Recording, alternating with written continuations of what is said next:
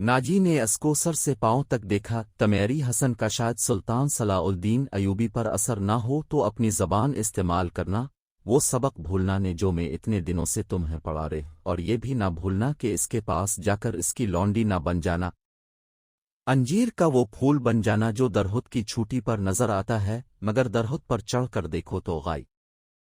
इसे अपने कदमों में बिठा लेना। मैं तुम्हें यकीन दिलाता हूं कि तुम इस पत्थर को पानी में तब्दील कर सकती हो। इस सरजमीन में क्लोपेत्रा ने सीनरस जैसे मर्द एना को अपने हसन व जवानी से पिघला कर मिस्र के रेत में बहा दिया। क्लोपेत्रा तुमसे ज्यादा हो बसूरत ने थी। मैंने तुमको जो सबक दिया है वो क्लोपेत्रा की चालें थी। औरत की ये चालें कभी नाकाम न हो सकती। नाजी ने कहा। ज़ुको मुस्करा रही थी और बड़े गौर से सुन रही थी। मिस्र की रेत ने एक और हुसैन क्लोपेत्रा को हुसैन नागन की तरह जन्म दिया था। मिस्र की तारी अपने आप को धुराने वाली थी। सूरज गुरूब एवा तो मशगल जल गई। सुल्तान सलाउद्दीन अयूबी घोड़े पर सवार आ गया। सुल्तान के आगे पीछे दाबा इस मुहाफिज दस्ते के घोड़े थे जो अली बिन सुफियान ने मिन्नतहुब किए थे। इसी दस्ते में से ही इसने 10 मुहाफिज शाम से पहले ही यहाँ लाकर सुल्तान सलाउद्दीन अयूबी के हमी के गिर्द खड़े कर दिए थे। साजिंदों ने दफ की आवाज़ पर इस्तकबालिया धन बजा और सहरा अमीर मिस्र सुल्तान सलाउद्दीन अयूबी जिंदाबाद नगरूहे से गूंजने लगा। नाजी ने आगे बढ़कर इस्तकबाल किया और कहा, अब के जानिसार अज़मत इस्लाम के पासबान आपको बसरोचश्म होश आमदीद कहते हैं। उनकी बेताबियाँ और बेकरारियाँ देखें। अब के इशारे पर कित मरेंगे और होशामिद के लिए इसको जितने अल्फाज याद आए नाजी ने कह दिए। जून ही सुल्तान सलाउद्दीन अयूबी अपनी शायना नशिस्त पर बैठा। सर पे दौड़ते घोड़ों की टापों की आवाज़ें सुनाई देने लगी। घोड़े जब रोशनी में आए तब इसने देखा कि 4 घोड़े दा से और 4 बा से आ रहे थे। हर एक पर एक एक सवार था और उनके पास सितारने थे। वो एक दूसरे के आमने सामने आ रहे थे। साफ ज़ाहिर था कि वो टकरा जाएंगे। किसी को मालूम न था कि वो क्या करेंगे। वो एक दूसरे के करीब आए तो सवार रिकाबों में पांव जिमे खड़े एवी। फिर उन्होंने लगामें एक हाथ में थाम ली और दूसरे बाजू फैला दिए। दोनों अतरफ के घोड़े बिल्कुल आमने सामने इगी और सवारों की दोनों पार्टियां एक दूसरे से उलझ गई। सवारों ने एक दूसरे को पकड़ने और गिराने की कोशिश की। सब घोड़े जब आगे निकल गए तो 2 सवार जो घोड़ों से गिर गई थे रेत पर कलाबाजियां खा रही थे। एक तरफ के एक सवार ने दूसरी तरफ के एक सवार को एक बाजू में झक्कड़कर उसे घोड़े से उठा लिया था और उसे अपने घोड़ों पर लाद कर ले जा रहे थे। एजुम ने इस कदर शोर बर्पा किया था कि अपनी आवाज़ खुद को सुनाने दे रही थी।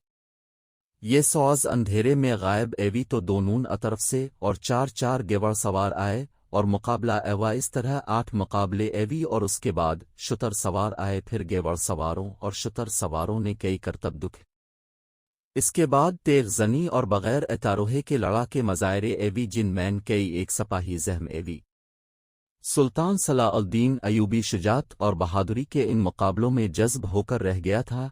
इसे ऐसे ही बहादुर फौज की ज़रूरत थी। सुल्तान सलाउद्दीन अयूबी ने अली बिन सुफियान के कान में कहा, अगर इस फौज में इस्लामी जज्बा भी हो मैं इसी फौज से ही सलीबियों को घुटनों बिठा सकता हूँ।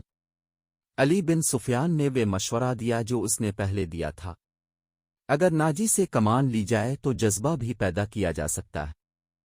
अली बिन सुफियान ने कहा, मगर सुल्तान सलाउद्दीन अयूबी नाजी जैसे सालार को सुबुकदोश नहीं करना चाहता था बल्कि सुधार कर राह पर लाना चाहता था। वो इस जश्न में अपनी आंखों यही देखने आया था कि ये फौज अहलाकी के लिहाज से कैसी है। इसको नाजी के इस बात से ही मायूसी एव थी कि नाजी के कमांडर और सपाही शराब पीना चाहती है और नाच गाना भी होगा। सुल्तान सलाउद्दीन अयूबी ने इस दरख्वास्त की मंजूरी सिर्फ इस वजह से दी थी कि वो देखना चाहता था कि ये फौज किस हद तक ऐशो इशरत में डूबा एवा है।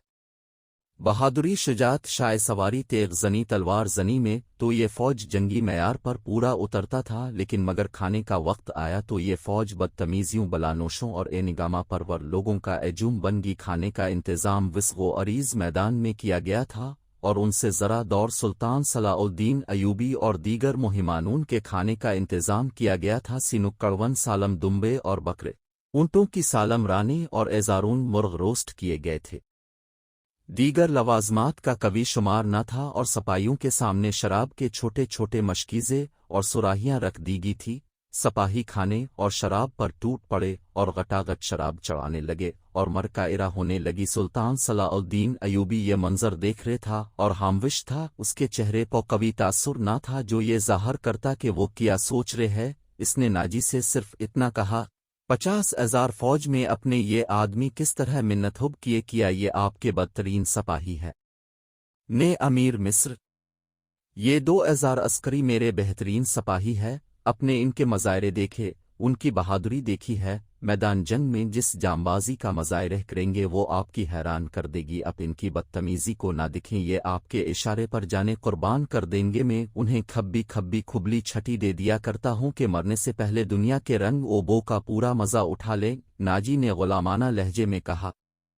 سلطان صلاح الدین ایوبی نے اس استدلال کے جواب میں کچھ نے کہا۔ ناجی جب دوسرے مہمانوں کی طرف متوجہ ہوا تو سلطان صلاح الدین ایوبی نے علی بن سفیان سے کہا کہ میں جو دیکھنا چاہتا تھا وہ دیکھ لیا ہے، یہ سوڈانی شراب اور اینگامائرہ کے عادی ہے۔ تم کہتے ہو ان میں جذبانے ہیں، میں دیکھ رہے ہوں ان میں کردار بھی نے ہے۔ اس فوج کو اگر تم لڑنے کے لیے میدان جنگ میں لے گئے تو یہ لڑنے کی بجائے اپنی جان بچانے کی فکر کرے گی اور مال غنیمت لاتی گی اور مفتو کی عورتوں کے ساتھ وحشیانہ سلوک کرے گی۔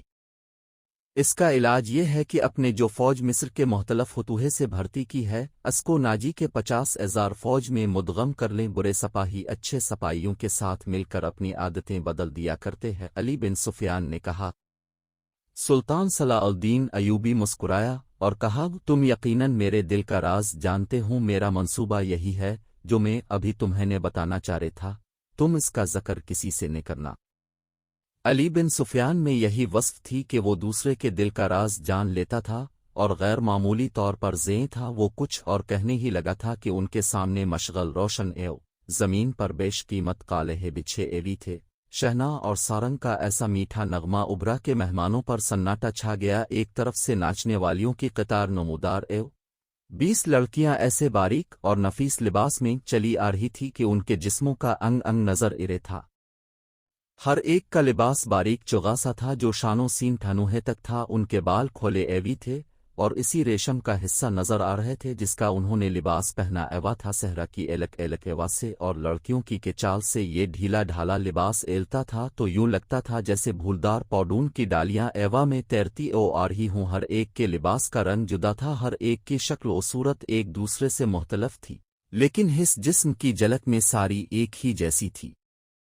ان کے مرمری بازو اریاں تھے، وہ چلتی آ رہی تھی لیکن قدم اٹھتے ترنے آ رہی تھی، وہ ایوا کی لہروں کی مانند تھی، وہ نیم دائرے میں ہو کر رہے گی۔ سلطان صلاح الدین ایوبی کی طرف من کر کے تعظیم کے لیے جھکی، سب کے بال سرک کر شانوں پر آگے سازندوں نے ان ریشمی بالوں اور جسموں کے جادو میں طلسم پیدا کر دیا تھا۔ 2 سیافام دیو ہیکل حبشی جن کے کمر کے گرد چیتوں کی کالی تھی، ایک بڑا سا ٹوکرا اٹھے، تیز تیز قدم چلتے آئے اور ٹوکرا نیم دائرے کے سامنے رکھ دیا، ساز سپیروں کے بین کی دھن بجانے لگے۔